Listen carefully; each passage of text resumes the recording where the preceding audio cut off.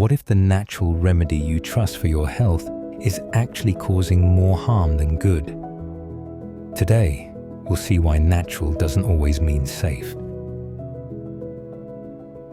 Meet Vivian, a young and passionate pharmacist who loves helping people stay healthy and safe. This is Mrs. Elizabeth, a long-time customer.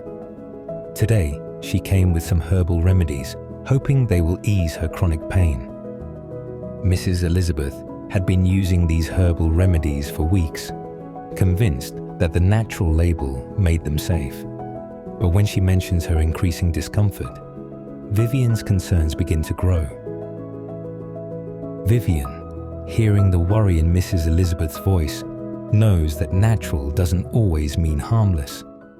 She takes a moment to explain how some herbal remedies can actually worsen existing health conditions or interfere with medications.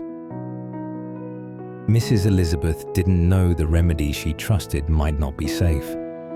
She's shocked to hear that these natural herbs could be harmful.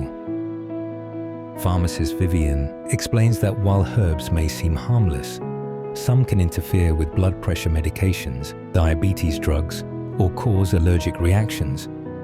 She encourages Mrs. Elizabeth to be cautious and speak to a pharmacist or doctor before continuing her herbal regimen. Mrs. Elizabeth begins to understand. She realizes natural remedies are not always safe and is thankful for Vivian's advice. Vivian reassures Mrs. Elizabeth, offering alternative remedies that are safer and advising her to consult her pharmacist or doctor before continuing any new supplement.